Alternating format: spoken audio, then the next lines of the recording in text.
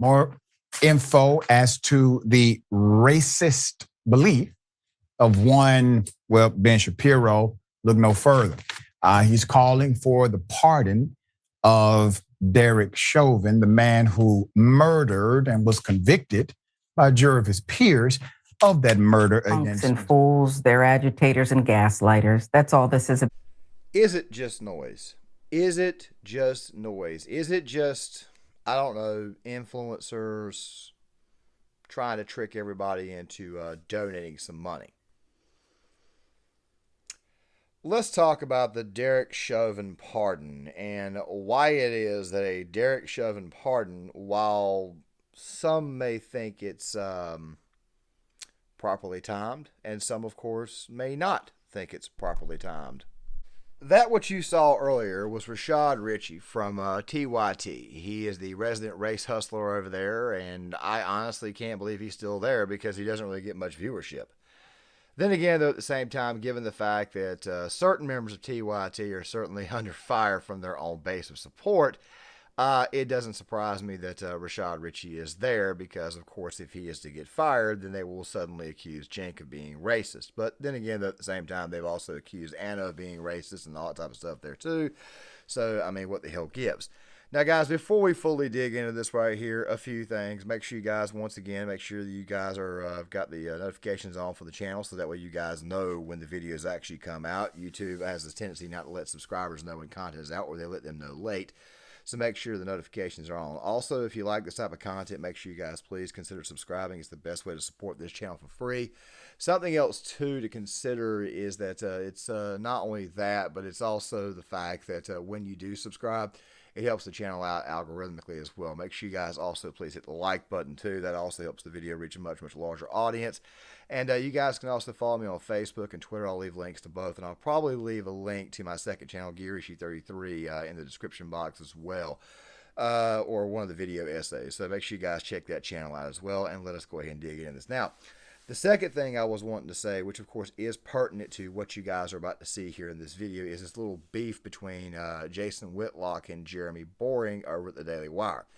It does in fact connect to this Derek Chauvin pardon, or the situation, the push for the Derek Chauvin pardon, but there will probably be a grander video out on that probably this weekend. I'm going to be releasing 3 videos tomorrow, just to kind of go ahead and, just kind of get these stories out here, a bit of a content blitz. So yeah, we're going to be busy all weekend. So here's the deal.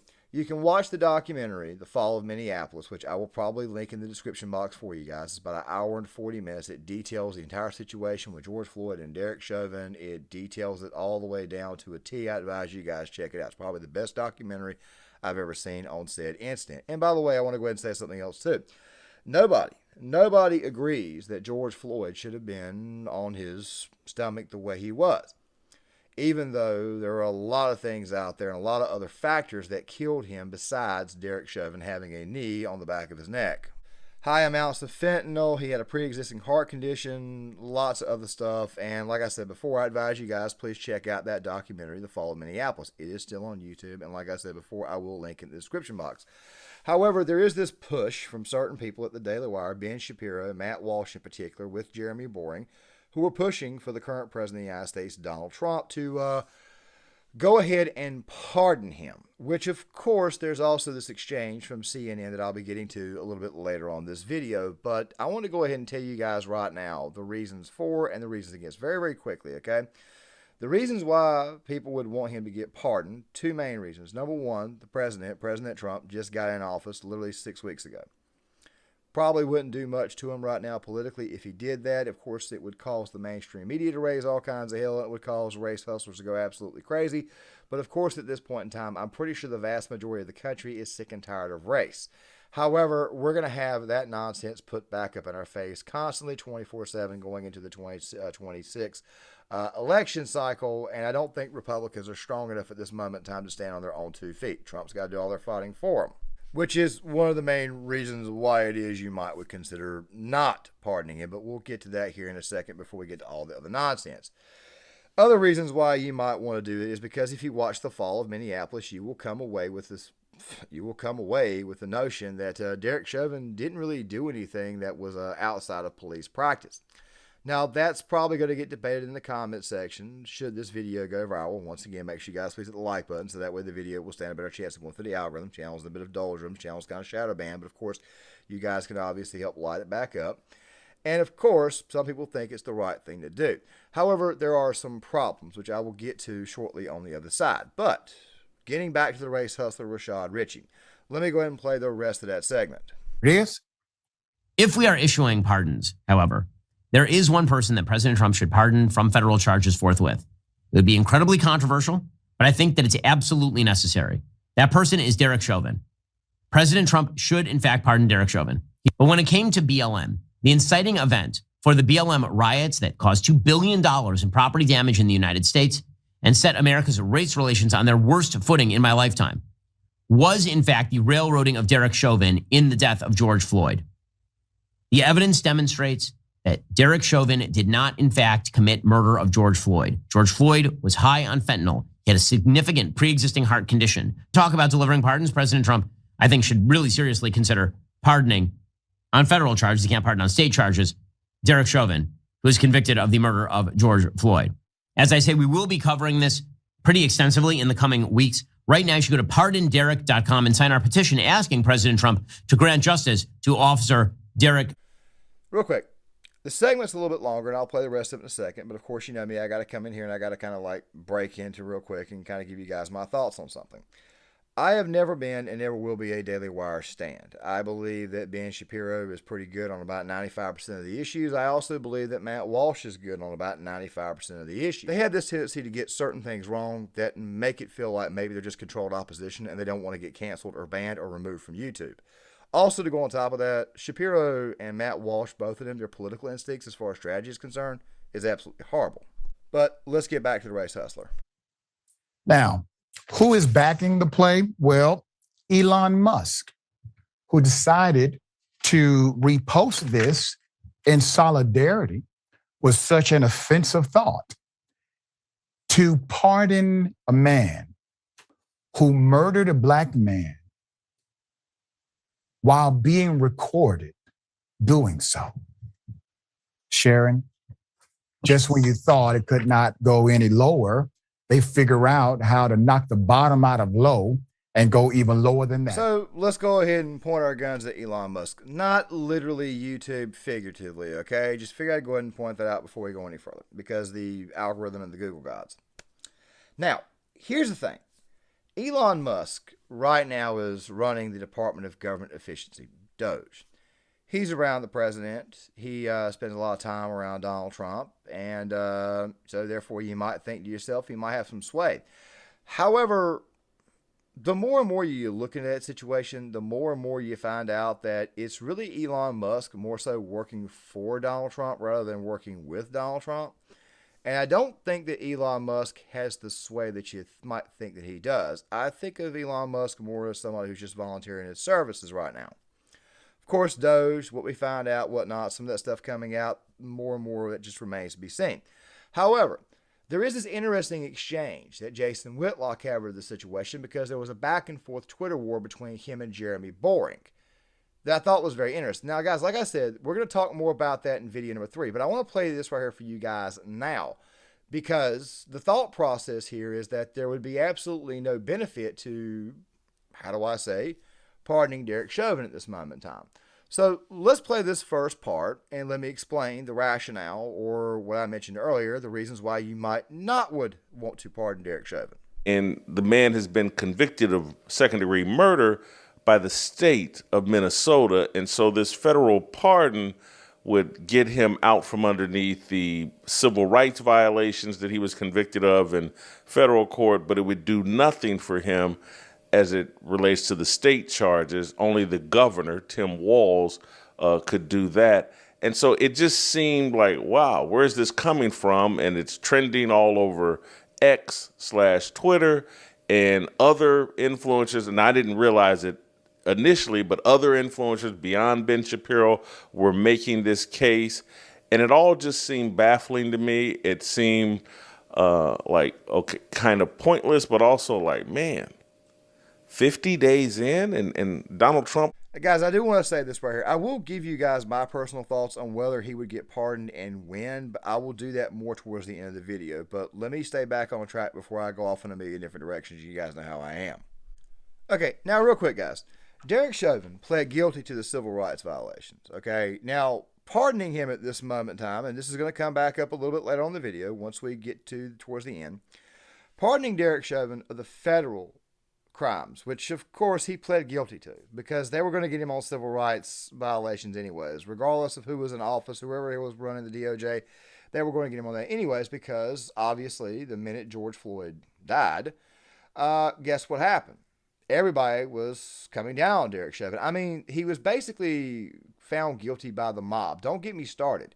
Al Sharpton, they're out there screaming, Chauvin is in the courtroom, which of course Al Sharpton playing the whole racist stick, which is really funny to me because MSNBC fired Joy Reid, but they probably should have fired Al Sharpton too. They got to keep Sharpton around and Michael Steele both, as you know, because they don't want to look like they're racist themselves, but in reality they kind of are as a network. But MSNBC will be coming up a little bit later on this weekend as well. Still though, the point is this right here. One of the reasons why you would consider not pardoning him, at least at this moment in time, is because it wouldn't get him out of prison. He's still being held on state charges. He's still being held on due to state sentences, and it would have to take somebody other than the current governor of the state, Tim Walz, to actually pardon him. And I highly doubt that Tim Walz, if you remember who that guy is, I highly doubt he is going to pardon Derek Chauvin, especially given the fact that, let's just say for the sake of argument, that Tim Walz does in fact choose to not run for a third term, or maybe he can't run for a third term in Minnesota. What if he decides to run for president? It wouldn't look too good for him, especially if he's trying to garner black support, if he pardoned Derek Chauvin of the state charges. So it's almost like a misnomer here. It's almost like it would be hollow.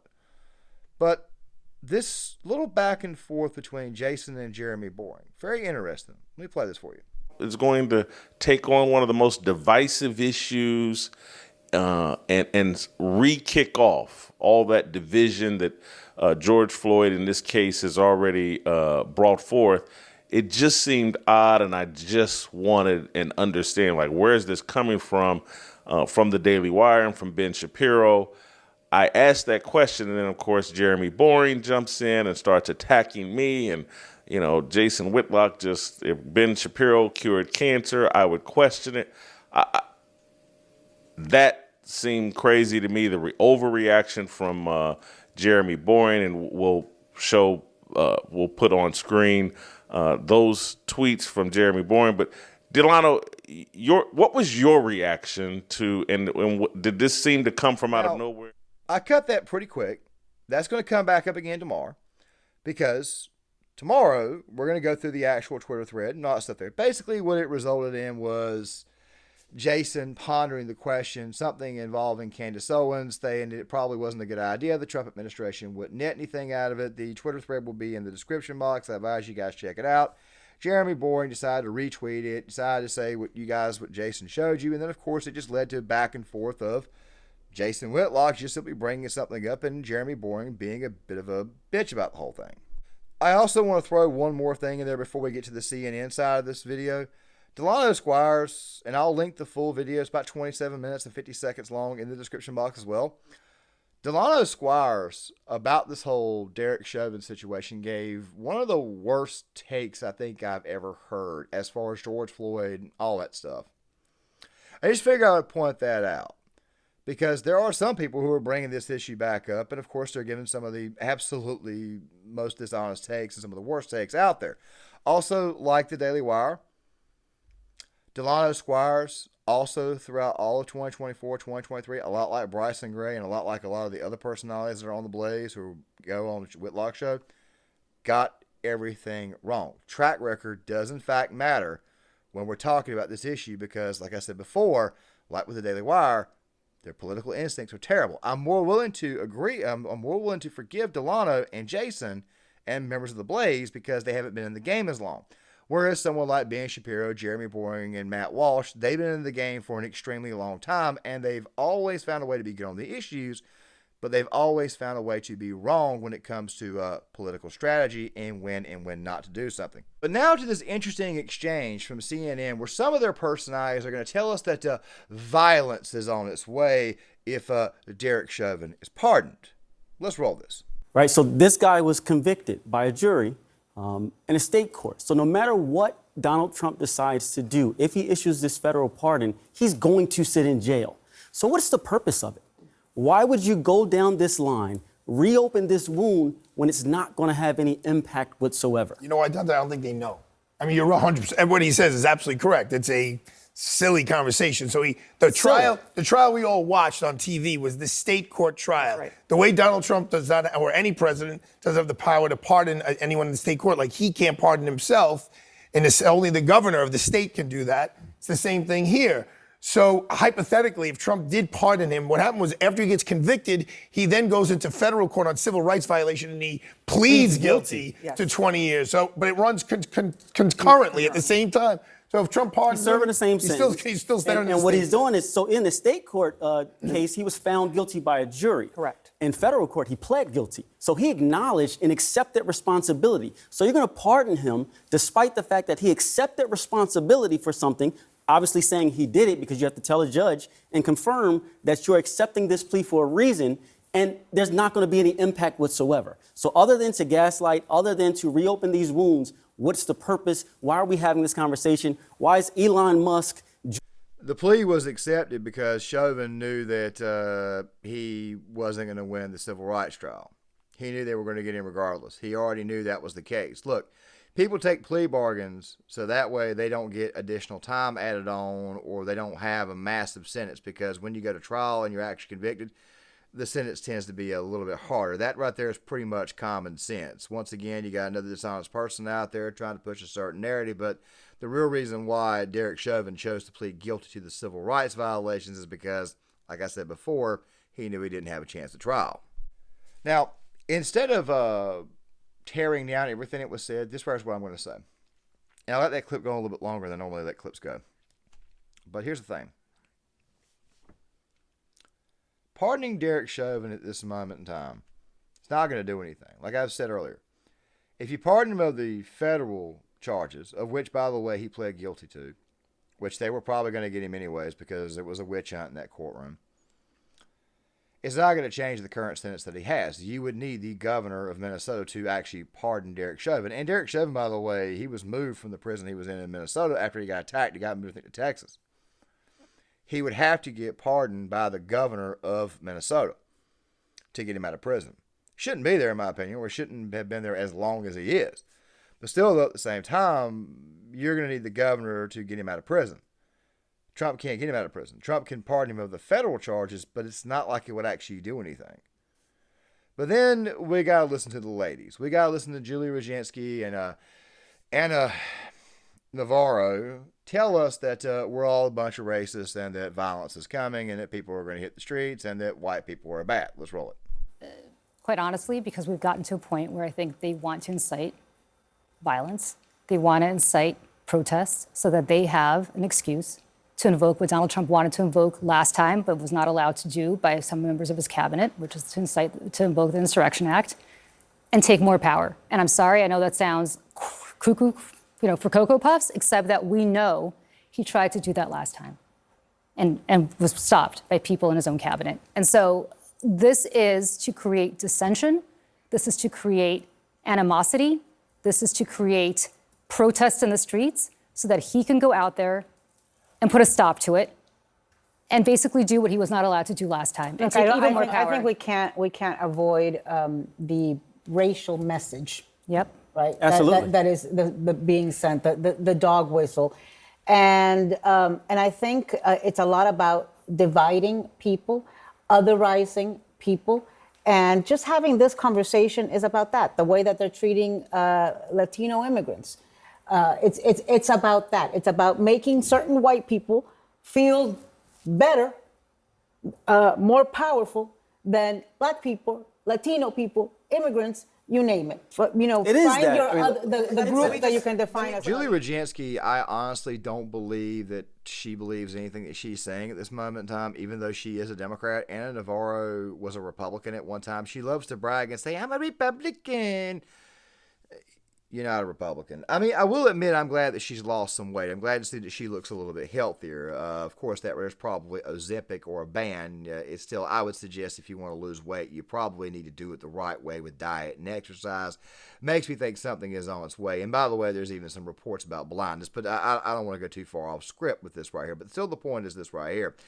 I highly doubt that anybody is going to get violent or anything like that, but there always does remain the possibility. And I'm pretty sure that Trump at this moment in time, and we'll get to this here in a second, because my man who's not spoken yet kind of lays out the fact that there's not really any incentive to do so.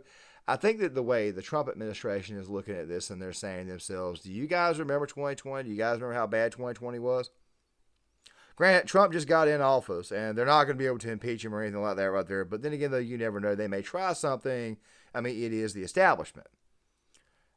I highly doubt that Trump wants to pardon Chauvin at this moment in time. But like I said, we shall get to that towards the end of the video. Now, what you guys are seeing in the B-roll footage or have been seeing in the B-roll footage is the statement from George Floyd's brother basically saying that this entire situation will set black people back 400 years. Just the normal melodramatic crap that you normally hear from these people who want to push a certain race narrative. And of course, to go on top of that, it's not like it's going to land or anything. This particular segment from CNN, I personally believe, was done because, quite frankly, they had nothing else to talk about at that time. And they got to keep the narrative going somehow, somewhere.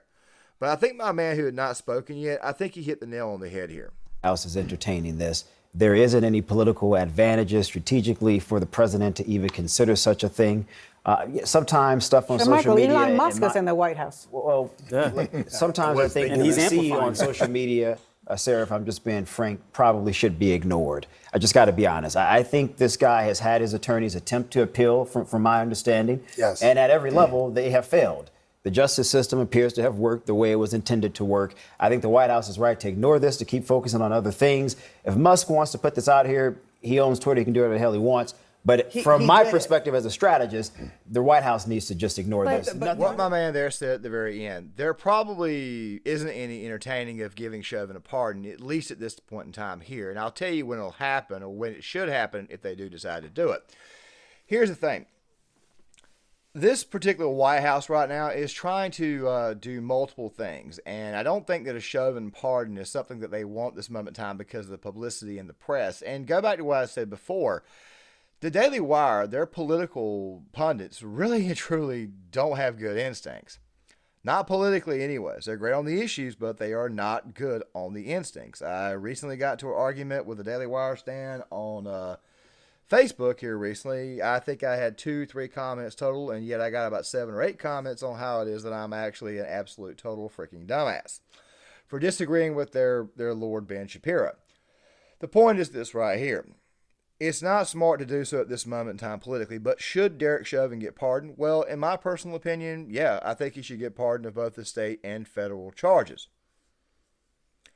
But when would Trump actually pardon Derek Chauvin if he chooses to do so? It would be after the election of either 2026 or 2028. And here's the reason why.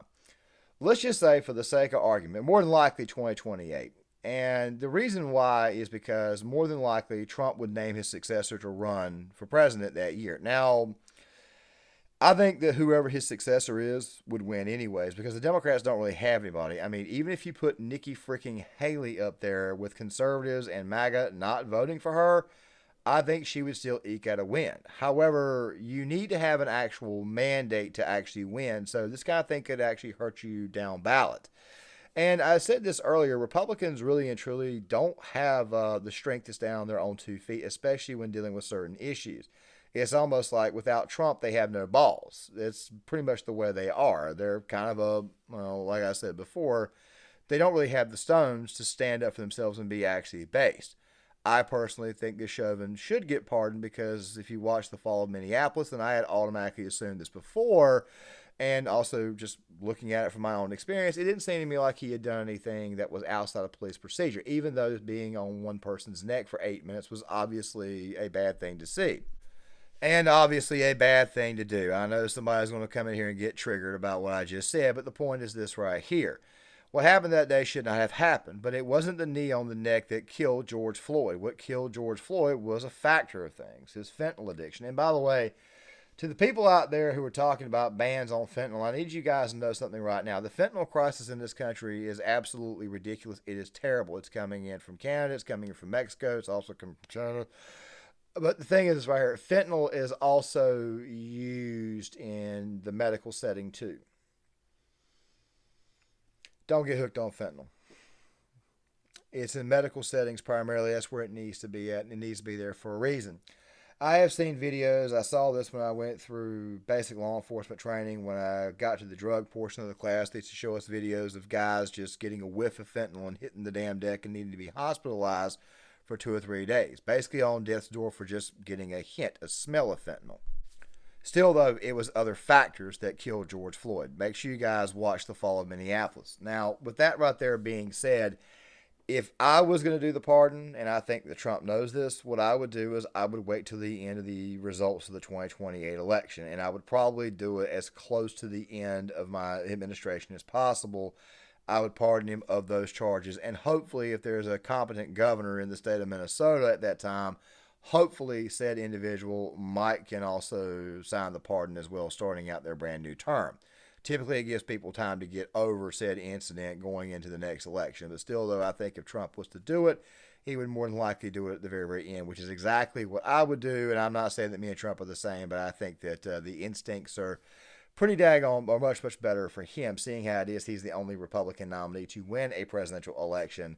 And he's done it twice in the last 3 cycles, really 3. But still, though, and listening to the Daily Wire on these types of things, probably not a good idea, especially given the fact that they have pushed Nikki Haley, they have pushed Ron DeSantis, they have pushed every single loser in the world.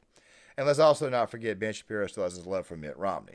With that right there being said, you guys tell me what you think in the comment section. I would love to hear what you guys have got to say. Make sure you guys please hit the like button, subscribe, share the video, sign up in the comments. This right here is going to be the first video of the day coming out tomorrow.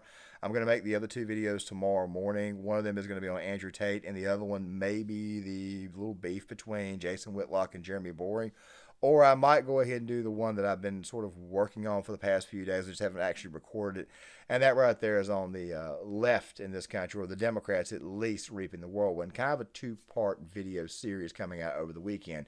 It's going to be a busy one. I got a lot to post, and I've also got a lot of work to do around the house. I got to reorganize everything. I'm starting to finally get up and actually move and walk around. And I'm not needing the cane as much anymore. Hopefully sometime next week I can start back my walking regimen. In a couple of weeks I can start going back to the gym, and we can probably rebuild everything the way I want to do it. That being said, please hit the like button, subscribe, share the video, sign up in the comments, and I'll see you guys later.